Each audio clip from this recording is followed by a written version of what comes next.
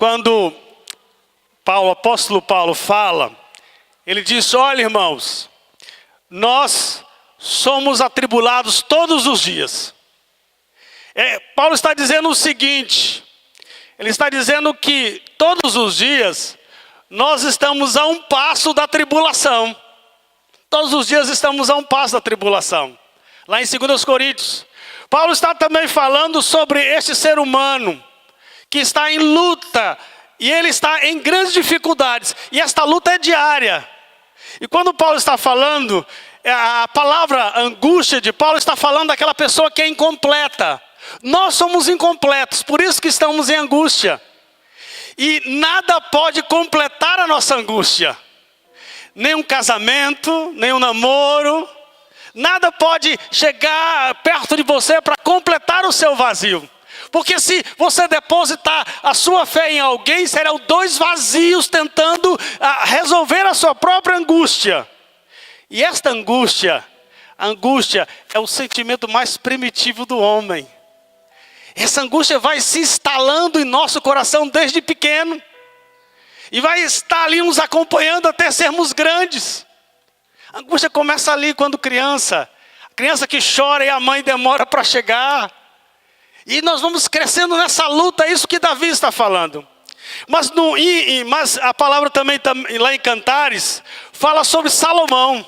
Salomão lida também com angústia lá em Cantares. E Salomão diz que quando ele chegou aos 80 anos de vida, ele percebeu que tudo era enfado e canseira. E Salomão disse 3 coisas.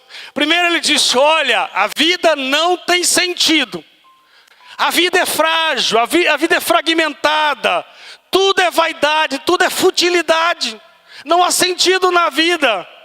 Depois ele disse outra coisa lá em Cantares, lá em Eclesiastes. Ele disse: olha, a vida é ambígua, a vida é passageira, a vida não tem sentido. Um dia você está lá em cima, outro dia você está lá embaixo. Tudo é transitório. Aí o sábio, ele manda um conselho para o tolo. Ele disse: o tolo não é assim. O tolo gosta de palavras, de chavões sobre a vida. Mas o sábio não. O sábio prefere o cansaço da verdade do que a ilusão da mentira. Enquanto o tolo prefere os chavões. E nesse momento o sábio manda um conselho para você, jovem. Ele diz: lembra-te do teu Criador nos dias da tua mocidade. Antes que venham os maus dias, cheguem os dias da tua vida em que tu vai dizer: eu não tenho neles mais contentamento. Mas quando eu estava lendo Eclesiastes, vendo Salomão falar, eu comecei a me perguntar: de onde vem essa angústia? De onde vem esse sufocamento no peito, que nós lutamos todos os dias, essa falta de ar, esse pânico, esse medo da vida? De onde vem a angústia? E eu creio que angústia vem de 3 coisas. Primeiro, a angústia vem do desejo da falta. O desejo amargo da falta. A angústia vem por essa sensação de que algo está faltando na minha vida. Nós somos seres desejantes. Estamos desejando o tempo todo, mas não sabemos o que queremos desejar. Não sabemos o que desejamos. E esse sentimento de falta me leva a desejar aquilo que é do outro. Esse sentimento me leva a desejar o que é do outro. Já percebeu isso? Às vezes tem um rapaz feio na igreja, né? Ninguém quer namorar com ele. Mas no dia que uma moça deseja namorar com ele, todas as outras moças vão em cima. E eu me lembro da minha rua ali, não tinha um lugar para se comprar uma galinha assada. Alguém resolveu abrir, de repente 4 abriram. Parece que quando alguém dá valor a uma coisa, esse valor cresce, né? Porque nós somos assim, nós queremos aquilo que é do outro e queremos desejar aquilo que é da outra pessoa. Mas também, esta falta, esse desejo, provoca um sentimento amargo no meu coração. Há uma falta, há um vazio no meu coração do tamanho de Deus. E esta falta, ela é um desejo amargo. E eu não posso preencher isso com nada. Alguém disse: mas eu arrumei uma namorada, eu arrumei um casamento. E agora eu estou bem, eu estou tranquilo. Mas de repente, com os dias, com o tempo, o namoro, o casamento perde o brilho. E aquela falta, aquele desejo amargo volta a entrar no seu coração. Mas você diz, eu comprei um carro novo agora. E agora você está alegre com o carro. Mas passa alguns dias e a falta e o desejo amargo, o vazio na sua alma volta. E você diz, mas agora eu já sei, eu vou fazer uma viagem para a Europa. Zedoca não, Zedoca é muito perto. Eu vou para a Europa, eu vou visitar as principais cidades. E você vai, você se alegra, mas de repente, mês depois, o vazio, a falta e o desejo voltam ao seu coração. Isso aconteceu com vários homens famosos. Homens que lutaram a vida toda e ficaram ricos, tão ricos. Mas um dia eles tiveram que dizer, a vida não vale nada.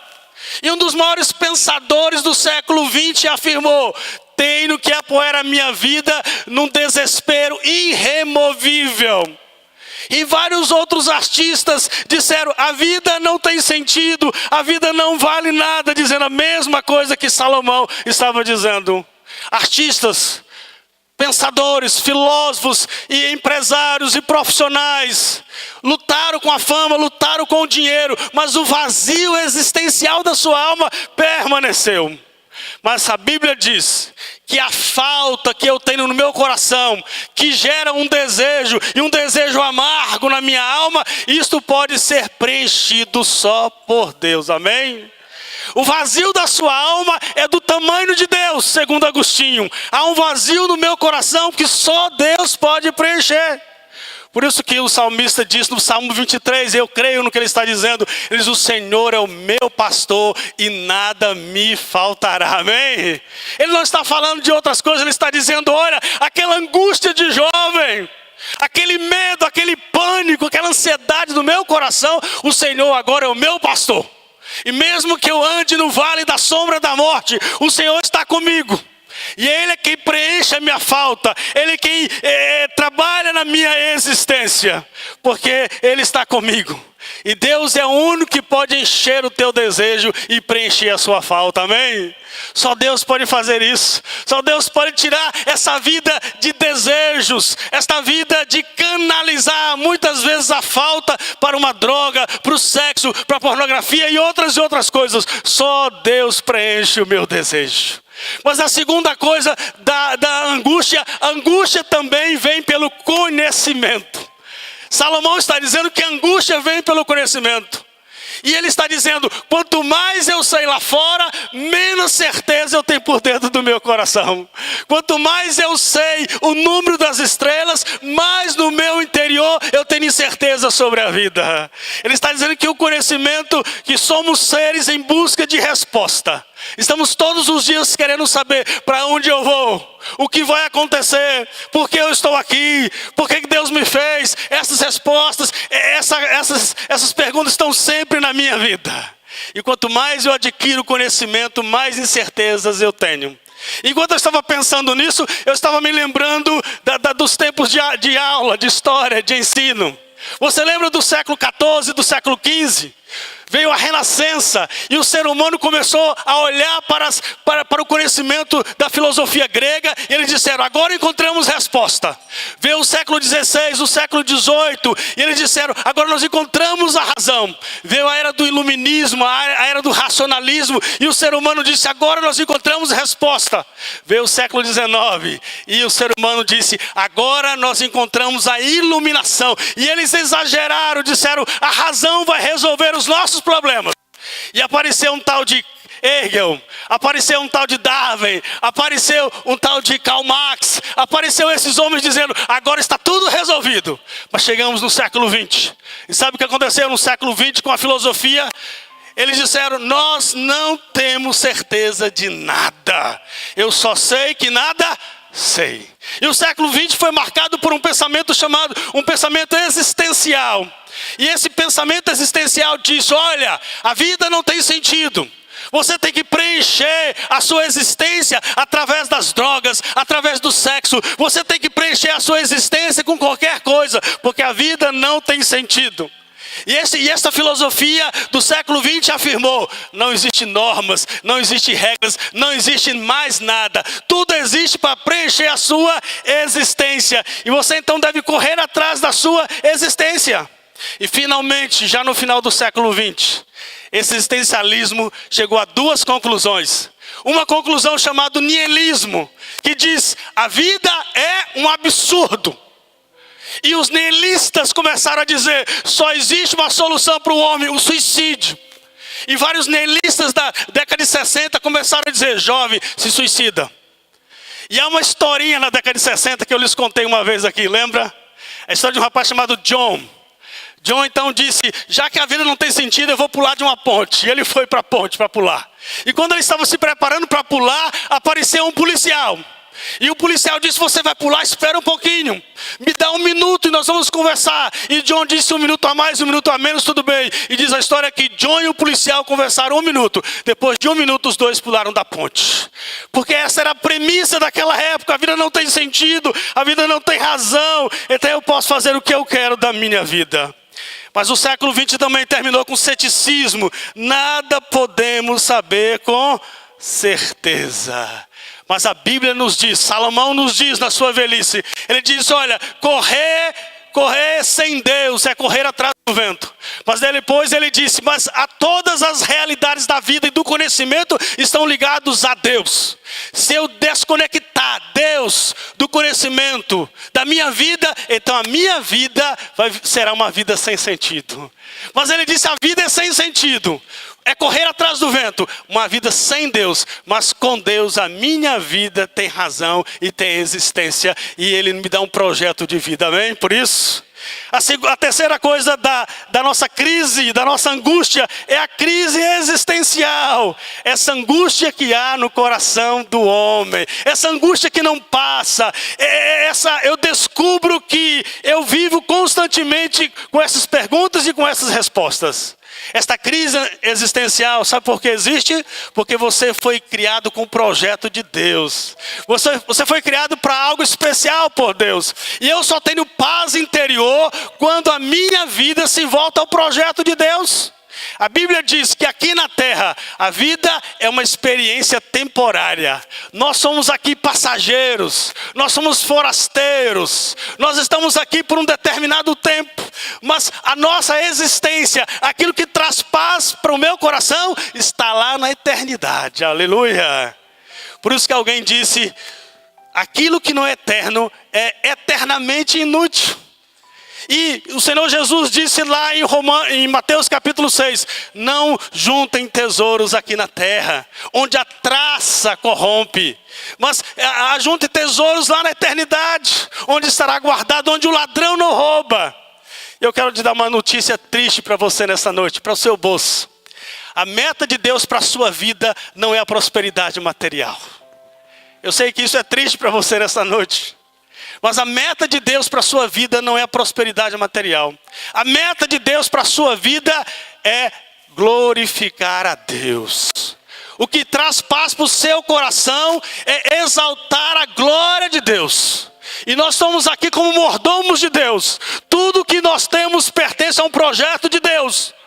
Mas você precisa dizer isso também para a sua vida: eu não quero nada do que não caiba no meu caixão, porque não levaremos nada para a eternidade, a não ser aquilo que prestamos para o reino de Deus, aleluia. Nós somos criados por Deus para a sua glória. Tudo que não serve para a glória de Deus não tem valor. Tudo que não for para a glória de Deus não tem valor.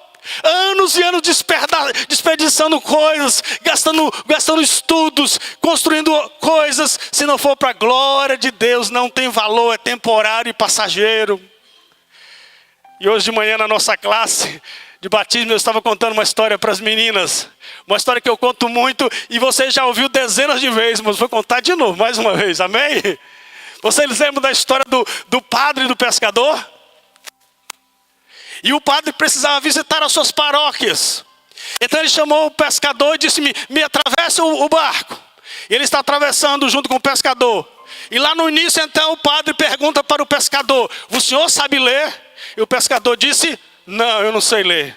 E o padre disse, olha, seria muito bom que você soubesse ler. E mais na frente o padre pergunta ao pescador, o senhor conhece os grandes filósofos? Já ouviu falar de Copérnico, de Galileu? E o pescador disse, nunca ouvi falar. E o padre disse, seria muito bom que o senhor soubesse sobre esses homens. Lá na frente, o padre pergunta para o pescador, você já foi em Roma, já foi na Itália, já foi visitar o Vaticano? E ele disse, nunca visitei, nunca saí de Zedoca. E o padre então disse, seria muito bom se você tivesse visitado Roma. E lá pela frente começou a ter um vento, aquele vento que veio de repente, inesperado. E o vento começou a balançar o barco. E o pescador experiente percebeu que a coisa o barco ia virar. Ele pergunta para o padre, o senhor sabe nadar? E o padre disse, eu não sei nadar. Ele, seria muito bom que o senhor soubesse nadar. Seria muito bom que você estivesse fazendo alguma coisa para esta hora. Tudo que não é eterno é eternamente inútil. Nós somos criados para a glória de Deus, aleluia. Isso aqui causa angústia no meu coração. Essa angústia é existencial. Só Deus pode preencher quando eu estou debaixo do projeto de Deus para a minha vida. Salomão disse que depois dos 80 anos, tudo é passageiro, tudo é cansaço e enfado. Aleluia. Mas eu quero terminar nesta noite perguntando para você, como é que eu posso lidar com essa angústia da minha alma? Como é que eu posso lidar com esse sufocamento? Como é que eu posso lidar com o pânico, com o medo que me assombra todos os dias? Porque disse Paulo que nós estamos um passo da angústia. A primeira coisa, para lidar com a angústia, eu preciso lidar com a angústia através de uma ação de fé. Eu preciso de fé. Eu preciso crer no Senhor Deus Todo-Poderoso. Amém? E a palavra nos cita Abraão, que era o pai da fé. Mas um dia Deus foi testar Abraão. E Deus disse a Abraão, pega o teu único filho e leve para ser sacrificado. E esta é a angústia de Abraão, porque agora Abraão tem um filho e tem um Deus. Tem um filho e tem um Deus. E Deus está dizendo, Abraão, leva o seu filho para ser sacrificado ali no Monte Moriá. E Abraão começa a ter uma angústia no seu coração, porque ele tem que tomar uma escolha. E não tem coisa mais dolorosa do que a escolha, não é verdade? Abraão tem que escolher, ou ele entrega seu filho, ou ele abandona seu Deus. Ou ele deixa o seu filho, ou ele deixa o seu Deus. E Abraão nessa angústia começa a caminhar para o Monte Moriá. E no meio do caminho, Abraão decide, nem isso nem aquilo. Eu vou ter fé no meu Deus. Eu vou colocar o meu projeto, a minha angústia, o meu desespero na mão de Deus. E ele decide então dizer, o Senhor Deus é o meu Deus. E de repente Isaac olha para Abraão e diz, papai, aqui está a madeira, aqui está a faca, onde está o cordeiro? E Abraão disse, Deus proverá para si o cordeiro. A minha fé impede que os meus medos se transformem em desespero, meu irmão. É a fé que impede que a angústia tenha um potencial maior no seu coração. Porque muita gente se angustia e se desespera, porque ela não aprendeu ainda a confiar, colocar a sua fé. Você se lembra daquele dia que Jesus está com os discípulos no mar da Galileia também? E veio uma grande tempestade. E ontem o pastor Francivaldo ministrou sobre isso lá na igreja Batista Esperança e Vida, Vila Palmeira. E de repente vem uma grande tempestade. E os discípulos entram em desespero. E os discípulos começam a dizer, nós vamos morrer.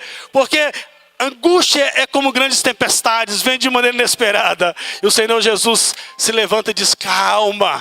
O problema não é tempestade, o problema é a falta de fé. Porque os discípulos estão dizendo, nós perdemos o controle da situação. Mas o texto diz que Deus continua no controle de todas as coisas, aleluia.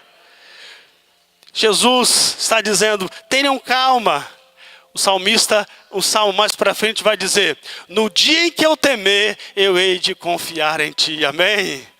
Você precisa confiar em Deus. Isaías 63 diz, nunca se ouviu, nunca se falou um Deus que cuida daqueles que temem o seu nome, amém? Deus cuida de nós. Como é que você enfrenta então essa angústia? Você enfrenta através da fé.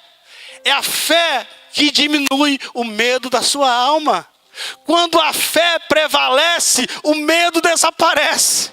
Mas quando a fé desaparece, a angústia prevalece sobre a sua vida. Você pode fazer como Abraão. Eu vou crer no Senhor Deus. Deus proverá para si o seu cordeiro. Aleluia. E a última coisa nesta noite, como eu posso enfrentar a angústia? Eu preciso de fato, a segunda razão, eu preciso de uma ação de enfrentamento. Eu preciso enfrentar a angústia. E Paulo está dizendo, todos os dias nós temos que enfrentar a nossa angústia. Lá em 2 Coríntios ele diz, em tudo somos atribulados, porém não angustiados, perplexos, porém não desanimados, perseguidos, porém não desamparados, abatidos, porém não destruídos. Ele está dizendo, olha, todos os dias nós temos que lidar com essa angústia. Enfrente a sua angústia, enfrente o seu medo. Não corra dos seus problemas. Sabe por quê? E eu quero lhe chamar a atenção sobre isso. Quando eu não enfrento as minhas angústias, eu começo a medicá-las. Quando eu não enfrento as minhas angústias, eu começo a tomar remédio. Quando eu não enfrento as minhas angústias, eu começo a canalizar as minhas angústias para alguma outra droga, para algum outro tipo de vício, para cachaça. Quando eu não enfrento a minha angústia, eu tenho que encontrar então algum alívio em outro vício.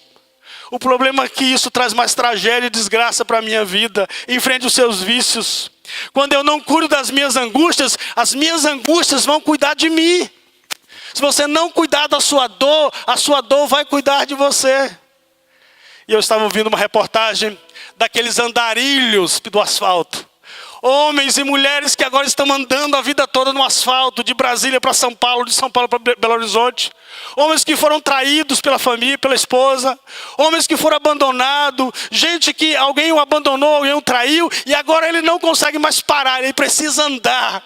E a repórter pergunta para ele, por que você não para de andar? Ele diz, se eu parar, eu tenho que encarar as minhas dificuldades. Eu tenho que voltar para casa, eu tenho que encarar, eu tenho que resolver as questões. Eu prefiro continuar andando como andarilho nessa vida de angústia e de sofrimento.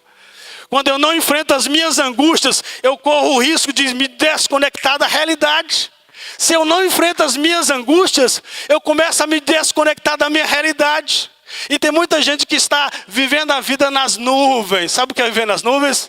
É quando você coloca uma coisa na cabeça. É quando você diz, eu sou outra pessoa. Eu sou um artista famoso.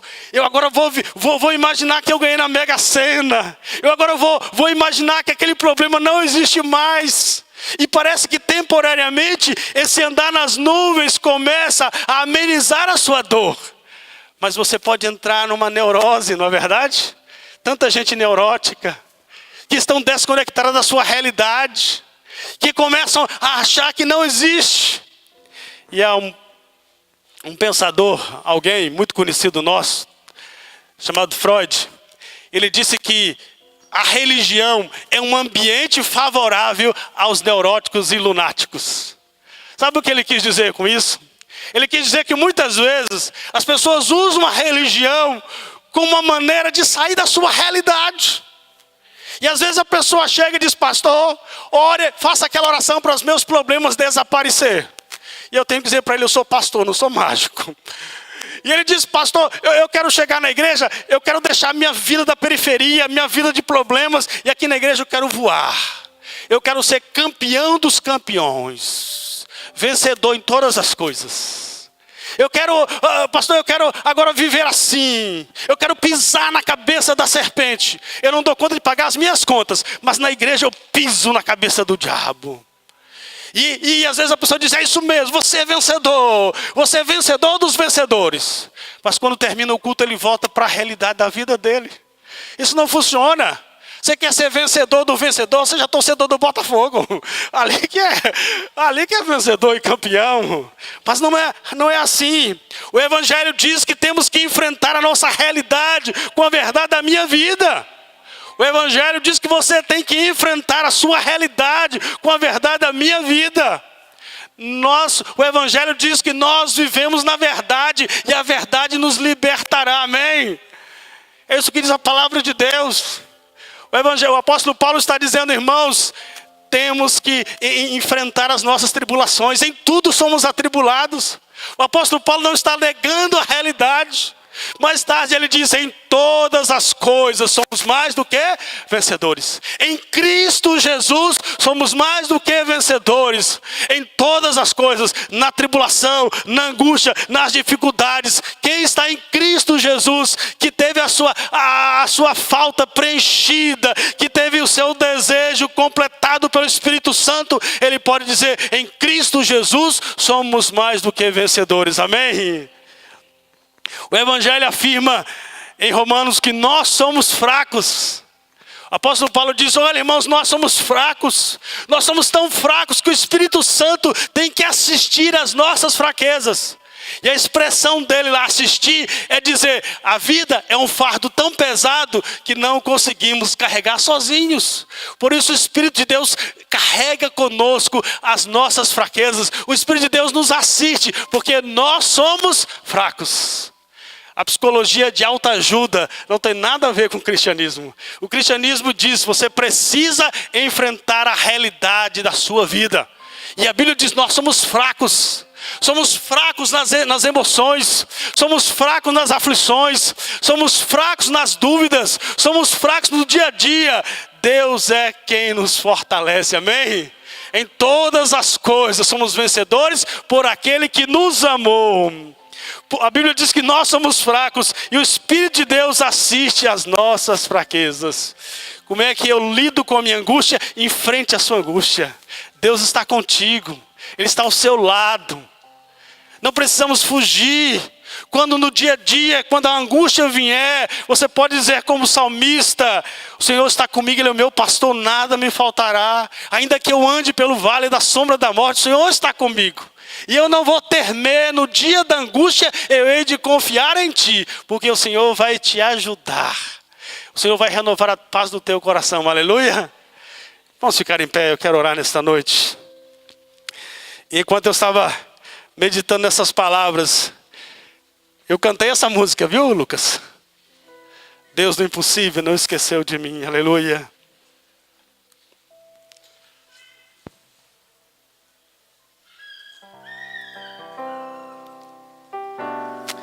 Antes de cantar, eu quero encerrar.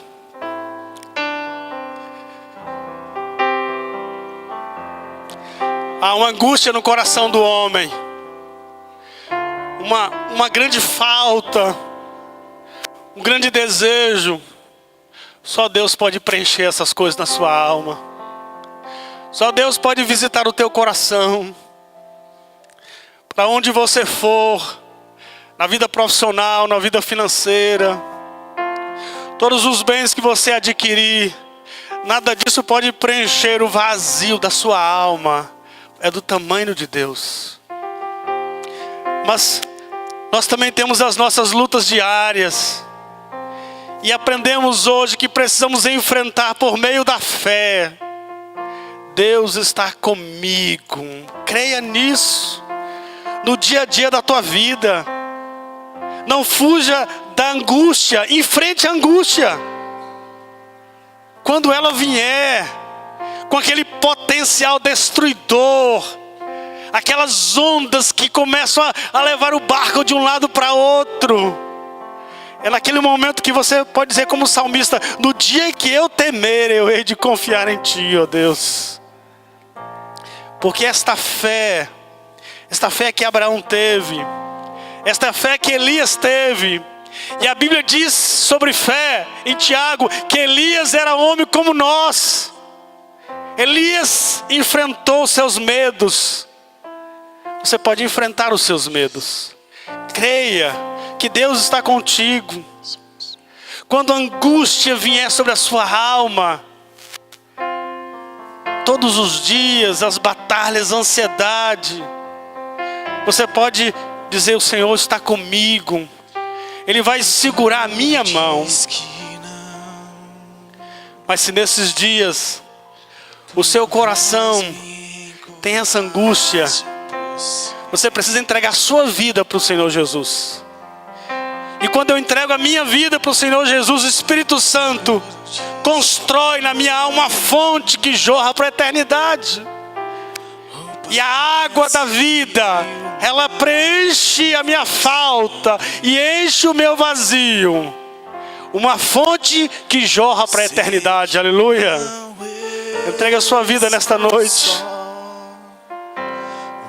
Diga, ó Deus, preencha a minha falta, supre o meu desejo, porque eu já experimentei de tudo, mas ainda continuo às vezes um ser desejante, incompleto, me sentindo incompleto. Já fiz parceria com todas as coisas deste mundo, mas eu continuo ainda me sentindo incompleto. Só Deus pode completar você. E nesta noite você pode se reconciliar com Ele e dizer, ó Deus, me completa por dentro, para que os próximos anos da minha vida sejam de investimentos na eternidade. Aleluia. Sua destra me sustenta e me faz prevalecer. O Deus do impossível. Oh, glória. Quando tudo diz que não, deixa a fé varrer teu coração nesta noite.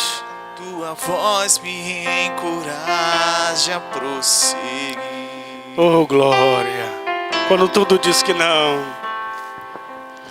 Quando tudo diz que não, Oh, aleluia. oh, parece que o mar não vai se abrir. Eu enfrento pela fé a tempestade. Eu sei que não eu. Oh, glória.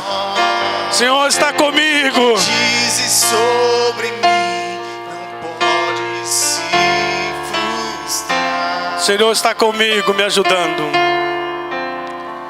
Venha em meu favor, que cumpra em mim teu querer. Oh, Deus quer nesta noite habitar em você. Impossível, não desistiu de mim. Sua destra me sustenta e me faz prevalecer. Oh, glória a Deus. Deus impossível, Não desistiu de mim. Sua destra me sustenta e me faz prevalecer. O Deus do impossível. Deus do impossível. Oh, Deus. Deus do impossível. Oh, Deus. Deus do impossível. Aleluia. Vamos orar. Vamos orar. Todo o silêncio nesta noite. Hoje é uma noite especial. Deus, nesta noite, em Cristo Jesus, está querendo lidar junto com você com a sua angústia. Se há esta falta na sua alma e nada poderá preencher, mas nesta noite Jesus deseja ressuscitar dentro de você, preencher o seu coração. Talvez você tenha rodado anos e anos, mas hoje à noite você está ouvindo esta palavra de uma falta, de um desejo amargo na minha alma que só Deus pode preencher. Uma crise existencial que não tem solução, porque não há como medicar. Não há como medicar essa dor. Esta angústia da alma só pode ser preenchida em Cristo Jesus. Então hoje à noite é um dia de salvação para você, de reconciliação, onde você pode dizer, ó Deus, de maneira sobrenatural, entra no meu coração nesta noite. Eu me reconcilio, eu estou me reconciliando contigo. Ó Deus, nesta noite nós entregamos a tua palavra pedindo que Teu Espírito Santo complete esta palavra em cada coração nesta noite. E ó Deus, que nesta noite os nossos corações saiam daqui cheios de fé. Fé que impede os nossos medos de se transformarem em desespero. Que o Teu povo tenha uma semana abençoada, ó Senhor. Nós Te louvamos nessa noite porque o Senhor é o nosso refúgio. É o nosso socorro bem presente no dia da nossa angústia. Obrigado por esta celebração nesta noite. Que o Senhor Deus Te abençoe e Te guarde. Que o Senhor nosso Deus, durante toda essa semana, derrame graça e misericórdia sobre a sua vida, em nome de Jesus. Em nome de Jesus, amém? Deus abençoe, amados.